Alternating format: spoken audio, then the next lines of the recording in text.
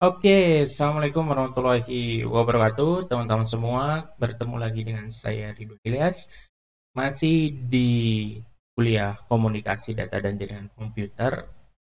Di playlist Komunikasi Data dan Jaringan Komputer, kita akan masuk ke pembelajaran kasus subnetting part 2. Nah, jadi sebelum ini, kalau teman-teman tiba-tiba menemukan video ini, bisa dicek part satunya. Nah, sebelum belajar yang part 1 harus nonton dulu dasar subnetting di video sebelumnya dan penjelasan tentang IP di video sebelumnya ya. Jadi ada 3 video sebelum ini yang layak untuk ditonton gitu ya. Kalau loncat takutnya jadi bingung. Oke, nah kita masuk ke kasus yang kedua. Bagaimana kita akan membagi network berdasarkan kebutuhan host yang ditentukan. Kalau di part 1 kita membagi network, membentuk subnet-subnet berdasarkan jumlah ruangan sama rata. Kalau yang ini nanti nggak sama rata, tapi setiap ruangan atau setiap subnet itu jumlahnya tertentu. Nah, contoh misalkan seperti ini. Network administrator ingin membagi IP dengan ketentuan jumlah host setiap ruangan. IP yang dimiliki 192.168.8.0 ya. Ruangan A hostnya ada 8. Ada 8 komputer misalkan ya. Ruangan B hostnya ada 20, ruangan C hostnya ada 13, dan ruangan D hostnya ada 32. Nah, jadi tidak sama rata, tidak disamaratakan bagi 4 aja enggak ya. Tapi supaya lebih efisien, sudah diketahui jumlah hostnya yang mau kita tentukan. Nah, dari sini kita perlu untuk menentukan range IP yang bisa kita kita tempatkan. Ingat, kita butuh, jangan lupa, 2 tambahan IP untuk network dan broadcast ya. Jangan lupa ya. Lihat di sini. Ruangan A, jumlah hostnya tadi 8. Maka range yang paling masuk 2 pangkat berapa? Ya, itu berarti 16. 16 itu berarti 2 pangkat 4 ya. 16 itu 2 pangkat 4 ya. Kalau kita turunin jadi 2 pangkat 3, 2 pangkat 3 itu kan 8. Nah, kalau kita pakai 2 pangkat 3 itu nggak masuk. 2 pangkat 3 itu kan 8. Berarti nggak bisa kita pakai. Kenapa 8? Nanti harus dikurangi 2. Harus dikurangi 2. Lihat nih, yang ini tabel ini. Tabel rujukannya lihatnya. Kalau kita pakai jumlah IP-nya 8, jadi 2 pangkat 3, 2 pangkat 3 itu ya 8, maka kita nanti nggak bisa pakai. Kenapa kita nggak bisa pakai? Karena kita butuh 2 IP untuk network dan broadcast. Jadi kita pakainya yang 16 jumlah IP-nya. Nah, untuk yang ruangan B, itu hostnya kan pingin 20. Kita cari di sini yang masuk 20 yang mana? Yang ini 32, masih masuk ya. 32. Ya, nanti mungkin ada sisa nggak masalah. Untuk yang C itu 13. 13 masuknya kemana? Yang ini. Yang jumlah IP-nya 16. Yang D itu 32. Jumlah masuknya kemana? Jangan di set 32 lagi. Karena kalau di set ke yang jumlah IP 32, maka nanti nggak cukup. Karena kita butuh 2 IP lagi tambahan untuk network dan broadcast. Maka dimasukin yang ke 64. Jadi di ruangan A itu nanti IP-nya ada 16, di ruangan B IP-nya ada 32, di ruangan C IP-nya ada 16, di ruangan D IP-nya ada 64. Nah, seperti ini ya. Nggak bisa kita langsung taklek IP-nya sejumlah ini, nggak bisa. Karena ini kan kebutuhan host. Kebutuhan host ini mesti ditambah dengan network dan broadcast ya. Ini tabel rujukannya, tabel contekannya gitu ya. Nah, ini lihat jumlah IP-nya di sini. Lalu kemudian ini di sini ini harusnya n-nya ya, 2 pangkat n-nya ya, jumlah host bernilai satunya ya. Oke, jadi ini untuk pangkat n yang ada di sini ya. Ini kalau 16 berarti kan 2 pangkat 4 ya, 2 pangkat 4. Oke ya. Seperti itu ya. Jadi sekali lagi, jumlah host kita petakan ke jumlah IP yang mungkin dipakai dalam satu buah subnet. Nah, bagaimana prosesnya? Ini langsung saya tampilkan seluruhannya. Kita lihat satu persatu. Untuk ruangan A, hostnya tadi kan 8. Jumlah IP-nya berarti kita harus sediakan 16. Nah, IP pertama 8.0, ya saya langsung sebut belakangnya aja ya. 8.0 untuk networknya, maka untuk hostnya dari 8.1 sampai 8.14. Berarti ada 14 IP yang bisa dipakai. Seperti biasa ya, 16 kurangi 2. Untuk broadcastnya adalah 15 ya.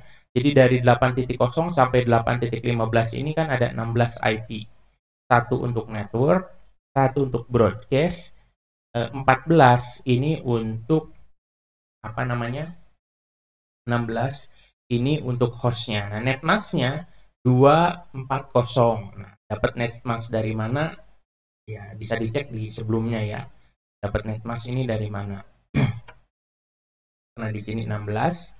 16 itu adalah 2 pangkat 4.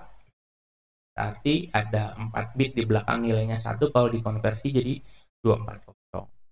Oke, untuk yang B itu hostnya di 20, kita masukkan ke range IP-nya 32. Nah, IP networknya setelah ini 15 ke 16, berarti berikutnya 16. Jumlah hostnya ini berarti ada 30, dari mulai 17 sampai 46, maka broadcastnya ini 47. Ya, dari 47 ke 16 ini ada 32 IP ya. Ada 32 IP ya, 32 IP. Nah, netmasknya adalah 224, beda dengan yang ini. Kenapa? Karena di sini ada 32. 32 itu 2 pangkat 5 ya, 2 pangkat 5. 32 itu 2 pangkat 5, sehingga jumlah bit yang ada di belakang itu adalah 8 dikurangi 5. Jadi 111.000-nya sebanyak 5. Kalau dikonversi jadi 224 ya. Lalu kemudian yang C itu hostnya itu 13. Berarti kita masukin ke yang 16. Nah, networknya itu 48 setelah 47. Lalu hostnya dari 49 sampai 62, broadcastnya itu adalah 63. Nah, jadi dari antara 48 dengan 63 itu ada 16 IP yang bisa dipakai. Untuk hostnya itu hanya 14 ya, sisa 1 ya. Dan ini kebutuhannya 13 ya. Di sini ada 14 ya. Dari 49 sampai 62 ini ada 14 IP yang bisa dipakai gitu ya. Nah, lalu yang C ini hostnya kita mau 32, kita masukin ke range yang 64. Nah, networknya melanjutkan dari yang ini. Dari yang selanjutnya ini kan 63 ke sini jadi 64. Untuk hostnya berarti selanjutnya 65 sampai dengan 126. Ini kalau dihitung berarti ada 62 IP untuk host dan IP yang terakhir itu adalah 127 untuk broadcastnya. Netmasknya itu 192. Oke, gitu ya, 192. 192 dari mana? Teman-teman bisa cek. 64 itu adalah 2 dipangkatkan dengan 6. Ya, 2 pangkat 6. Nah, 8 dikurangi 6 berarti 2. Berarti 2 bit awal itu nilainya 11, sisanya kosong. 6 berikutnya kosong. Kalau dikonversi menjadi 192 ya. Ada penjelasannya di video sebelumnya tentang bagaimana mendapatkan netmask ini. Nah, kalau kita tuliskan dalam bentuk singkat, maka kita tulis IP networknya slash nilai CIDR-nya. CIDR-nya kalau ini 240 ini 28, 224 ini 27, 240 ini 28, 192 ini 26. Dari mana dapat nilai ini ada di video sebelumnya. Silahkan dilihat gitu. Atau sebenarnya ya kalau saya sih lebih menghafal caranya ya. Atau kita bisa lihat dari tabelnya ada di slide sebelum ini kan. Nah, ada di sini ya.